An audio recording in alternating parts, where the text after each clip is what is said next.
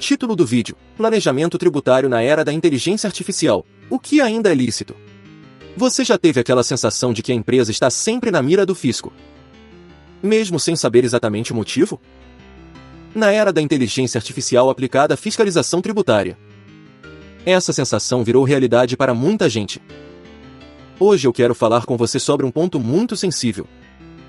O que ainda é planejamento tributário lícito?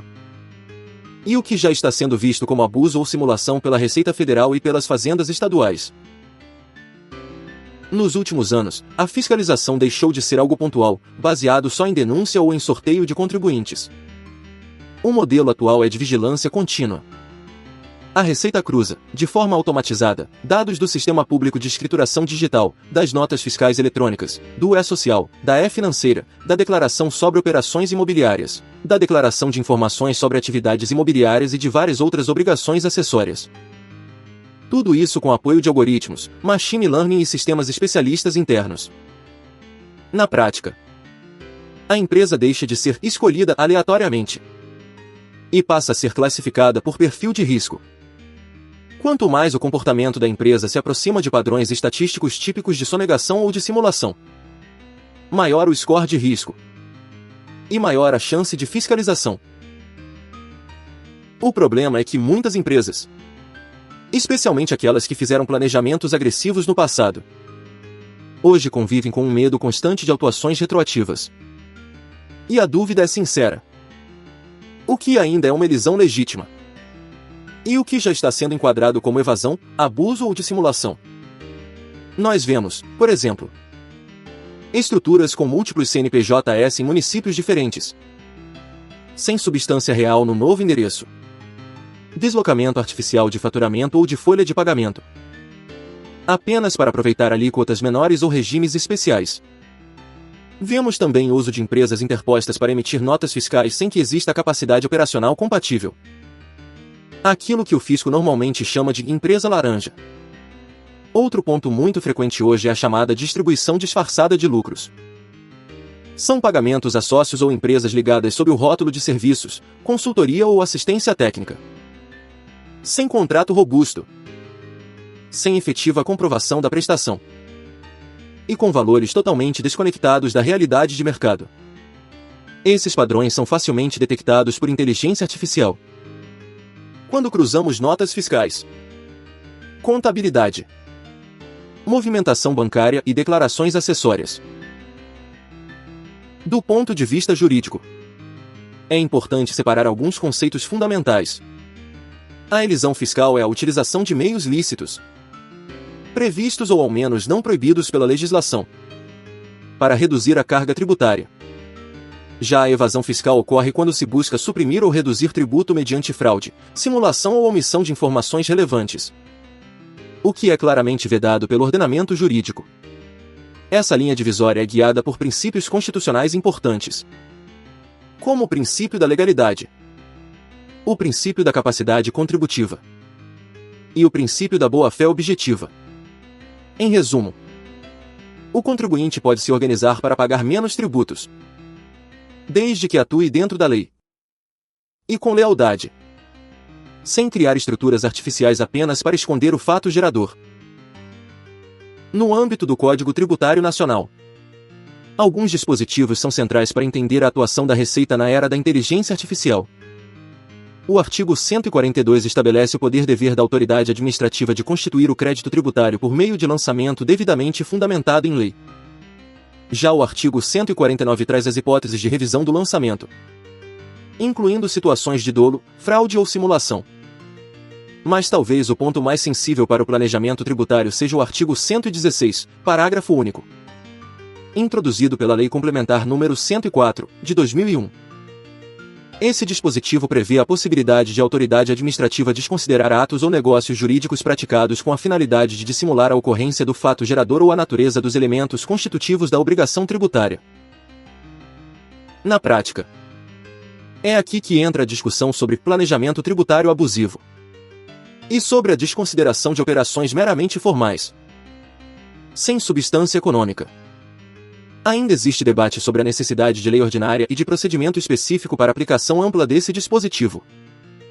mas o fato é que ele já serve de base argumentativa para muitas autuações. Além disso, os artigos 135 a 137 do Código Tributário Nacional tratam da responsabilidade pessoal de diretores, gerentes ou representantes de pessoas jurídicas, bem como das multas qualificadas em casos de dolo, fraude ou simulação, em situações de planejamento considerado abusivo. Não é raro vermos autuações com multas de até 150%, acompanhadas da tentativa de responsabilização direta de administradores. A atuação do fisco também se apoia em pareceres normativos, soluções de consulta e instruções normativas, especialmente em temas como distribuição disfarçada de lucros, planejamento internacional e reorganizações societárias. E a jurisprudência do Conselho Administrativo de Recursos Fiscais e do Superior Tribunal de Justiça vem consolidando critérios como propósito negocial, substância econômica e desconsideração de operações sem efetiva realidade empresarial. Na área financeira, a Lei Complementar número 105, de 2001, associada à E-Financeira, permite o compartilhamento de dados bancários com o fisco em hipóteses específicas, o que alimenta ainda mais os sistemas de inteligência artificial na comparação entre movimentação financeira e faturamento declarado. E um ponto que gera muitas dúvidas é a compatibilidade disso tudo com a Lei Geral de Proteção de Dados, a Lei nº 13.779, de 2018. A LGPD não impede o tratamento de dados pelo poder público para fins de execução de políticas tributárias, desde que observados os princípios de finalidade, necessidade e transparência. Em outras palavras, o uso de inteligência artificial pelo fisco para fins de análise de risco fiscal encontra base legal, desde que respeitados esses parâmetros. Com esse cenário, a inteligência artificial mudou profundamente o risco do planejamento tributário. Aquele antigo anonimato de operações inconsistentes praticamente deixou de existir. Hoje, robôs cruzam dados de CNPJ, CPF de sócios, notas fiscais emitidas e recebidas, declarações contábeis, informações bancárias, identificando padrões que destoam do setor ou do histórico da própria empresa. Planejamentos que dependiam basicamente de não ser notado passaram a ser rapidamente rastreados por padrões estatísticos. É o caso, por exemplo, de empresas que insistem em operações circulares de compra e venda entre partes relacionadas, apenas para gerar créditos tributários ou inflar artificialmente despesas dedutíveis.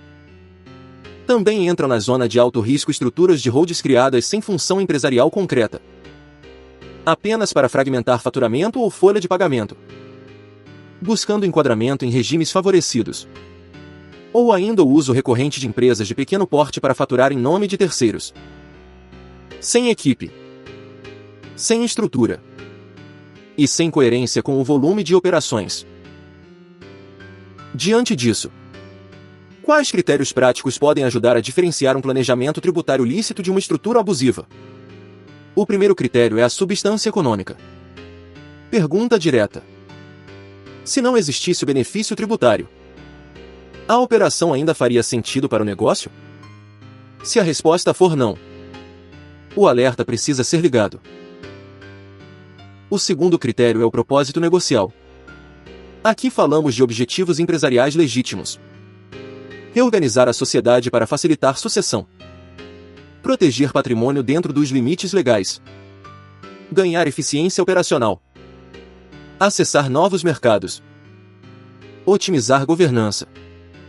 O benefício tributário pode existir, mas ele não pode ser o único motivo da estrutura. O terceiro critério é a coerência documental. Contratos bem elaborados, atas de reunião, registros contábeis, fluxos financeiros que efetivamente ocorram. Tudo isso precisa refletir a realidade do negócio. Um planejamento que é bom de PowerPoint, mas não se sustenta na documentação e na prática, tende a ser desconsiderado. O quarto critério é o alinhamento com precedentes. Sempre que possível, é recomendável verificar se existem soluções de consulta, decisões do Conselho Administrativo de Recursos Fiscais ou precedentes dos tribunais superiores em situações semelhantes. Isso não elimina o risco, mas dá um parâmetro de razoabilidade. Na era da fiscalização digital, algumas estratégias preventivas são essenciais. Em primeiro lugar, é fundamental revisar periodicamente os planejamentos existentes. Algo que fazia sentido há 10 anos, em um contexto de menor integração de dados, pode hoje representar um passivo relevante, tanto financeiro quanto reputacional. Em segundo lugar, é importante fazer um mapeamento de riscos fiscais. Isso envolve identificar pontos do negócio que provavelmente seriam sinalizados por algoritmos, margens muito fora do padrão do setor, divergência entre notas emitidas e notas declaradas, uso intenso de parceiros classificados como de alto risco, movimentações bancárias incompatíveis com o faturamento. Em terceiro lugar, vale investir em governança tributária, ter políticas internas claras, registrar as decisões relevantes, documentar pareceres e justificativas de negócios. Tudo isso mostra que a empresa atua com boa fé e reduz o espaço para interpretações de simulação. Em quarto lugar, a própria empresa pode e deve usar tecnologia a seu favor. Sistemas de compliance fiscal, ferramentas que verifiquem a consistência entre notas fiscais e declarações, entre a contabilidade e a realidade operacional, ajudam a detectar inconsistências antes que o fisco faça. Quando, apesar de todo esse cuidado, a empresa identifica que mantém um planejamento agressivo ou uma estrutura de alto risco, entram em cena as estratégias corretivas. Em alguns casos, pode ser recomendável avaliar a regularização espontânea, com retificação de declarações, recolhimento de tributos eventualmente devidos e, quando houver programas abertos, adesão a parcelamentos ou transações tributárias que permitam mitigar multas e encargos. É igualmente importante documentar essa correção. Atas societárias, ajustes contratuais, registros contábeis que evidenciem a mudança de postura e a adoção de práticas alinhadas à legislação podem ser relevantes em uma eventual fiscalização futura. Já em situações em que a autuação já foi lavrada, a análise passa a ser caso a caso. Existem discussões relevantes baseadas em princípios como segurança jurídica, proteção da confiança legítima e vedação à retroatividade de interpretações mais gravosas. Nesses casos, a atuação técnica em esfera administrativa e judicial é essencial para avaliar a viabilidade de defesa. Se eu pudesse sintetizar a mensagem central deste vídeo, diria o seguinte: planejamento tributário continua sendo legítimo e necessário, mas ele precisa se afastar de estruturas artificiais e se aproximar cada vez mais de operações com substância econômica real, propósito negocial claro e documentação consistente. A inteligência artificial utilizada pelo fisco elevou significativamente o risco das estratégias baseadas apenas em escapar do radar, especialmente naquelas operações padronizadas de alto risco, que já estão mapeadas nos algoritmos. Ao mesmo tempo, a base legal, em especial o artigo 116, parágrafo único, do Código Tributário Nacional, somado a normas complementares e a jurisprudência administrativa e judicial, dá suporte para a desconsideração de atos simulados ou meramente formais. Do ponto de vista prático, a recomendação ao empresário é evitar modelos prontos de planejamento encontrados na internet ou replicados de outra empresa sem qualquer adaptação. Planejamento tributário responsável deve ser tratado como parte da governança. Envolve área contábil, fiscal, societária e, em muitos casos, sucessória, sempre com documentação robusta. Também é fundamental investir em compliance tributário e em revisões periódicas das operações, especialmente em setores tradicionalmente mais visados, como varejo, serviços, construção civil, tecnologia, combustíveis, entre outros. Aqui entra o papel da assessoria jurídica especializada. Informações como as que eu apresentei neste vídeo têm caráter geral. Servem para orientação e educação, mas não substituem uma análise individualizada da situação da sua empresa. Cada estrutura societária, cada histórico fiscal, cada setor tem particularidades que precisam ser cuidadosamente avaliadas. Pareceres técnicos, estudos comparativos de alternativas e mapeamento de riscos antes da implementação de qualquer planejamento são instrumentos importantes para preservar a continuidade do negócio, a segurança patrimonial dos sócios e a previsibilidade fiscal, sempre dentro dos limites da lei e em plena conformidade com o Código de Ética e Disciplina da Ordem dos Advogados do Brasil. Em outras palavras, na era da inteligência artificial na fiscalização tributária, a melhor estratégia não é tentar driblar o sistema, mas construir uma posição fiscal defensável, coerente com a realidade do negócio e bem documentada. Agora, caminhando para o encerramento, vamos ao nosso resumo estratégico. Em uma frase, utilize o planejamento tributário como ferramenta de organização e eficiência do negócio, e não como um atalho artificial para suprimir tributos. Porque a combinação entre base legal e inteligência artificial tornou esse atalho cada vez mais arriscado. O aviso legal essencial é o seguinte: tudo o que foi exposto aqui tem caráter informativo e educacional. Não constitui orientação jurídica específica. E não substitui uma consulta individualizada com advogado de sua confiança, que possa analisar documentos, histórico e particularidades da sua empresa. E eu deixo uma chamada para o debate. Se você tem dúvidas gerais sobre planejamento tributário na era da inteligência artificial, sobre operações específicas que vêm sendo questionadas pelo fisco, ou sugestões de temas para vídeos futuros, deixe nos comentários. A proposta aqui é manter um espaço de discussão séria e educativa sobre responsabilidade tributária e segurança jurídica no ambiente empresarial. Eu sou Lucas Lisboa.